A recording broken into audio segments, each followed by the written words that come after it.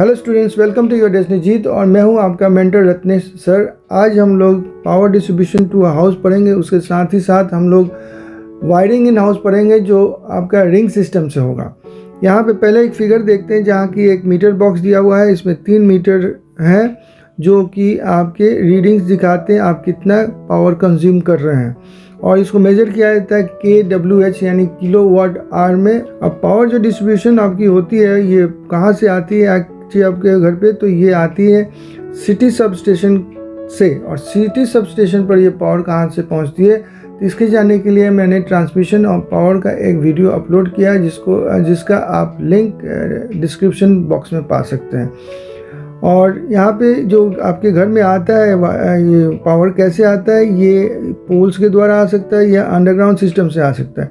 अगर पोल्स के द्वारा आता है तो ये ओवरहेड वायर या केबल के थ्रू आएगा, और अंडरग्राउंड आएगा तो केबल के द्वारा ही आएगा। केबल में 3 तरह के वायर्स होते हैं, लाइफ या फेज वायर, उसके बाद neutral wire and earth wire. Life जो है ये वायर कहाँ से कहाँ तक करंट को ले जाता है, तो ये सोर्स यानी कि सिटी सब स्टेशन से DB बॉक्स तक लाता है, यानी distribution box of the house तक लाता है। उसके बाद हमारे घर के चारों तरफ ये यूटिलाइज किया जाता है, डिस्ट्रीब्यूट किया जाता है। उसके बाद ये जो न्यूट्रल वायर है ये एक तरह से कह सकते हैं negative side of the battery जैसे होता है, उस तरह काम करता है, और ये जो है DB से यानी कि डिस्ट्रीब्यूशन बॉक्स से करंट वापस ले जाता है सोर्स तक यानी कि सिटी सब स्टेशन तक। अर्थ वायर जो है ये लीकेज कहीं हो जाए करंट का तो उसको सेफ्टी दिलाने का काम करता है ये अर्थ वायर।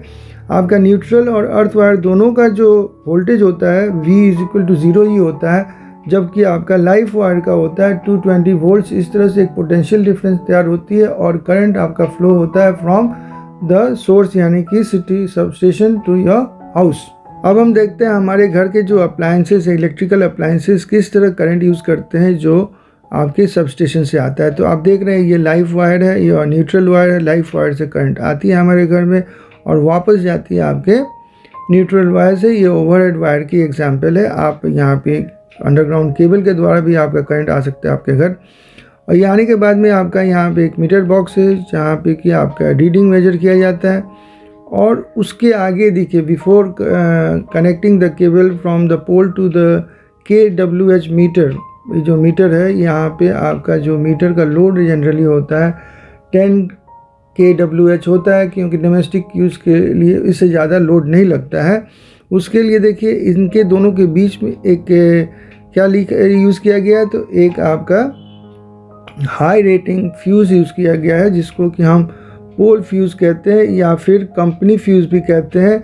और ये कहाँ अटैच किया जाता है, ये पोल के साथ ही अटैच हो सकता है या वॉल ऑफ द हाउस के साथ हो सकता है, और इसको छूने का या खोलने का हक केवल authorised people from the company को ही है। कोई दूसरा आदमी खोलता है तो आप पेनलाइज्ड हो सकते हैं इसके लिए।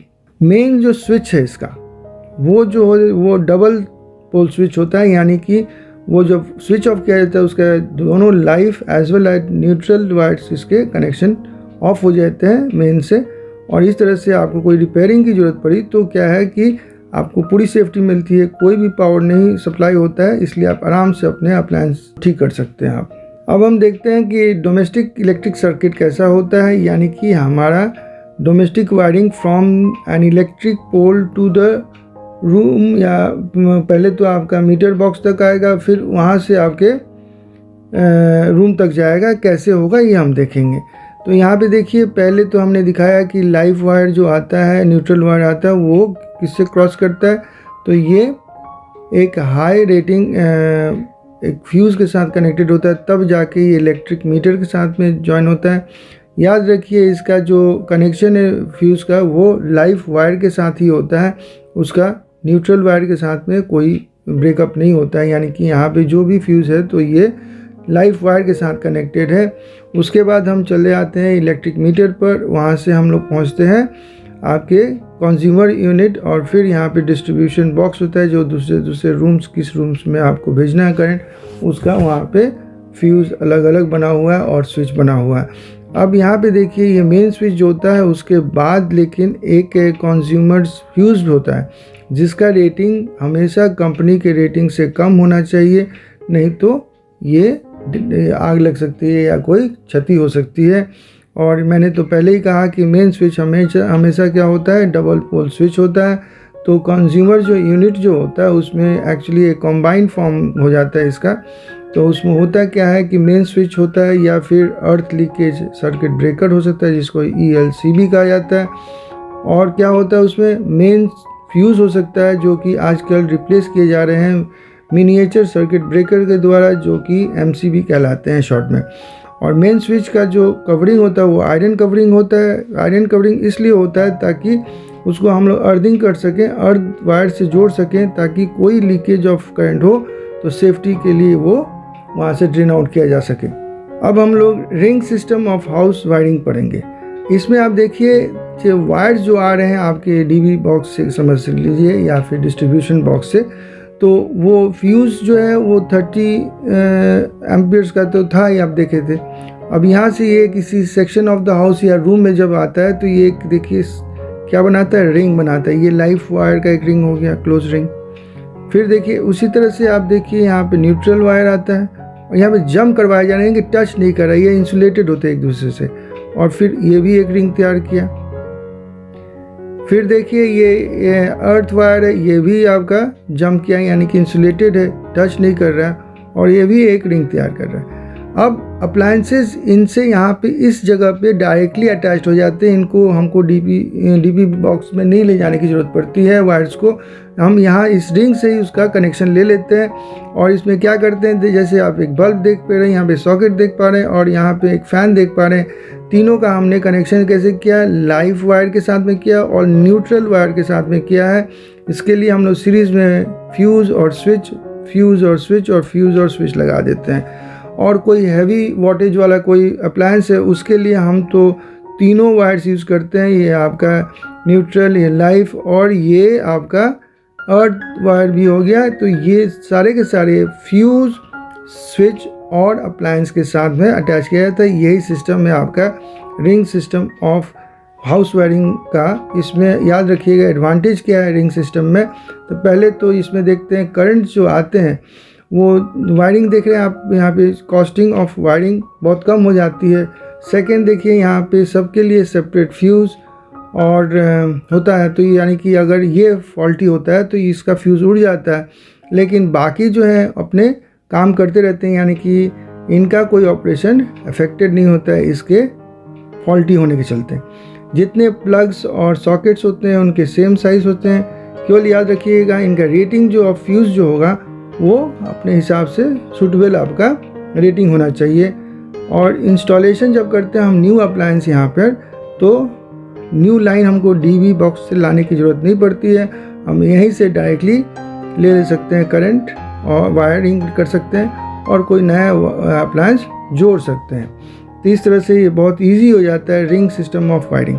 ये एक चीज़ ध्यान रखना होगा कि आप कितने अप्लायंसेस लगा सकते हैं, तो ये केयर लेना बहुत ज़रूरी है कि टोटल जो करंट आपका ड्रॉ हो रहा है यहाँ पे इस रूम में या इस सेक्शन ऑफ द हाउस में, ये मेन रिंग सर्किट के जो रेटिंग है फ्यूज़ का एम्पियर वो है 30 एम्पियर। तो आप 30 एम्पियर से ज़्यादा करंट नहीं यहाँ से खींच सकते। अब हम लोग चले आते हैं वीडियो के लास्ट सेक्शन में, जिसमें है कि हम देखेंगे कि ये जो रिंग वायरिंग सिस्टम है उसमें वायर्स के कलर किस तरह से डिनोट किए जाते हैं। तो न्यू कन्वेंशन के हिसाब से हम क्या देखते हैं कि लाइफ वायर जो होता है ब्राउन कलर का होता है, न्यूट्रल वायर जो लेते हैं हम वो लाइट ब्लू लेते हैं, और जो अर्थ वायर होता है उसे ग्रीन या येलो लिया जाता है। वैसे तो ओल्ड कन्वेंशन भी है जिसमें कि लाइफ वायर को रेड लिया जाता है, न्यूट्रल को ब्लैक और अर्थ वायर को हम लोग ग्रीन लेते हैं। अब देखें बाकी क्या देखते हैं, इंपॉर्टेंट बात जो इसमें है आपके रिंग वायरिंग सिस्टम में, तो जो अप्लायंसेस कनेक्टेड होते हैं वो parallel with the mains connected होते हैं, और प्रत्येक अप्लायंस के पहले हम लोग एक सेपरेट स्विच और सेपरेट फ्यूज़ लगाते हैं जो कि सीरीज़ में उससे अटैच्ड होता है, not parallel with it. Parallel में अटैच्ड होते हैं सब अप्लायंसेस विद द मेन, और स्विच सेपरेट और सेपरेट फ्यूज़ जो है प्रत्येक अप्लायंस का अपने साथ में वो सीरीज़ में अटैच करवाता है। अब एडवांटेजेस क्या है आपके ये कनेक्शन इन पैरेलल का, तो ये फ़ायदा ये है कि जितना वोल्टेज चाहिए जो रेटिंग है आपके अप्लायंस का वो कम नहीं होता है। 220 वोल्ट सबको मिलता है, क्योंकि आप जानते हो कि पैरेलल कनेक्शन में वोल्टेज नहीं ड्रॉप करता है। और सेकेंड है कि एक जो अप्लायंस अगर ख़राब भी हो जाए तो दूसरा उससे अफेक्टेड नहीं होता है। इस तरह से हम कह सकते हैं ईच अप्लायंस ऑपरेट्स क्या इंडिपेंडेंटली। अब नेक्स्ट देखते हैं डिसएडवांटेज। अगर हम सीरीज़ कनेक्शन लेते हैं तो क्या क्या होता है। तो एक तो वोल्टेज डिवाइडेड हो जाते हैं, यानी कि रिजल्टिंग इन लो वोल्टेज, जो कि उसके रेटिंग के हिसाब से नहीं काम करता है फिर। और व्हेन मोर अप्लायंस अगर उसमें ऐड करते हैं तो रेजिस्टेंस बढ़ जाता है, और रेजिस्टेंस अगर बढ़ जाता है तो क्या होता है, रिड्यूस हो जाता है करंट। इस तरह से अप्लायंस जितना उसको पावर चाहिए उतना उसको नहीं मिल पाएगा। और थर्ड इसका जो पॉइंट डिसएडवांटेज, जो मेन डिसएडवांटेज है आपका सीरीज़ कनेक्शन का, वो ये है कि एक भी अप्लायंस अगर वहाँ पे ख़राब हो जाता है तो बाकी सब अप्लायंस भी काम करना बंद कर देंगे, यानी कि none of the appliance can operate independently in case of series connection. ये सारे डिसएडवांटेज थे आपके सीरीज़ कनेक्शन के। और बाकी मैंने बताया जो एडवांटेज थे पैरेलल कनेक्शन के, जो हम लोग रिंग वायरिंग में यूज़ करते हैं। इस तरह से हम आज का वीडियो ख़त्म करते हैं। इंटरेस्टिंग वीडियो ज़रूर था और आपको अच्छा लगा होगा। यदि ये प्रेजेंटेशन आपको अच्छी लगी हो तो इसे लाइक, कमेंट और शेयर करना ना भूलें, इससे प्रोत्साहन मिलती है। और यदि आप चैनल पर नए हैं तो इसको सब्सक्राइब ज़रूर करें, साथ ही साथ बेल आइकन ज़रूर प्रेस करें ताकि वीडियो अपलोड होते ही आपको नोटिफिकेशन तुरंत मिले। Thank you for staying with us.